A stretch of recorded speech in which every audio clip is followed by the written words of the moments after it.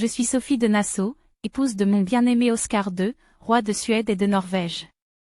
Reine de ces terres majestueuses de 1872 à 1907, j'ai vécu une vie marquée par les responsabilités, les sacrifices, et une profonde dévotion envers mon peuple.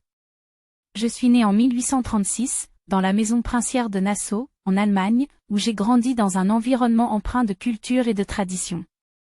Ce destin royal, auquel je ne m'attendais pas, m'a conduite à une vie fascinante, mais souvent exigeante.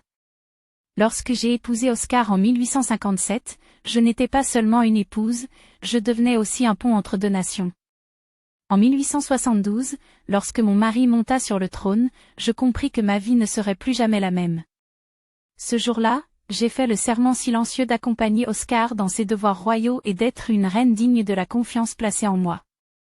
Être reine, ce n'était pas seulement porter des diadèmes ou assister à des bals somptueux, c'était un rôle impliquant sagesse, compassion et diplomatie. Je m'efforçais de défendre les valeurs qui me semblaient fondamentales, l'éducation, les arts, et le bien-être de nos citoyens. Bien que la Suède et la Norvège fussent unies sous une même couronne, les différences culturelles et politiques entre les deux nations exigeaient une attention constante. J'ai toujours cherché à promouvoir l'harmonie et à encourager un dialogue respectueux entre ces peuples fiers et distincts. En tant que reine, j'ai soutenu les initiatives visant à améliorer les conditions de vie des plus défavorisés, tout en cultivant une vie de cour qui reflétait la grandeur et la dignité de notre monarchie. Les années de mon règne furent aussi témoins de profonds changements dans le monde. La fin du XIXe siècle et le début du XXe siècle furent marqués par des bouleversements industriels, sociaux et politiques. En tant que femme d'origine allemande vivant en Scandinavie, j'étais témoin des tensions croissantes entre nations européennes, tout en observant avec fascination les avancées technologiques qui transformaient notre quotidien. J'ai toujours essayé de rester une figure stable et rassurante dans ce monde en mutation. Mais, malgré mes efforts, je n'étais pas à l'abri des tragédies personnelles. La perte de plusieurs de mes enfants fut une douleur qui marqua profondément mon cœur. Cependant, ces épreuves m'ont enseigné la résilience et m'ont rappelé que même dans la plus haute position, nous sommes tous liés par notre humanité. Mon mariage avec Oscar, bien qu'imparfait, fut une source de force.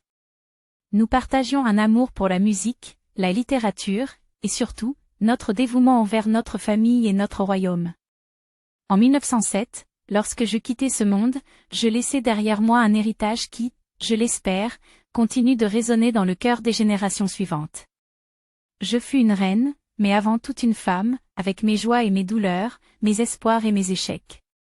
Mon histoire, c'est celle d'une reine qui a tenté de servir avec dignité, mais aussi d'une femme qui a aimé profondément son mari, ses enfants et son peuple. Aujourd'hui encore, j'aime à croire que mon nom reste associé à ces valeurs que j'ai chéries, la compassion, l'élégance et le devoir. Mon règne n'a pas été parfait, mais il fut sincère. Je suis Sophie de Nassau, et mon histoire appartient désormais à l'étoffe des souvenirs royaux.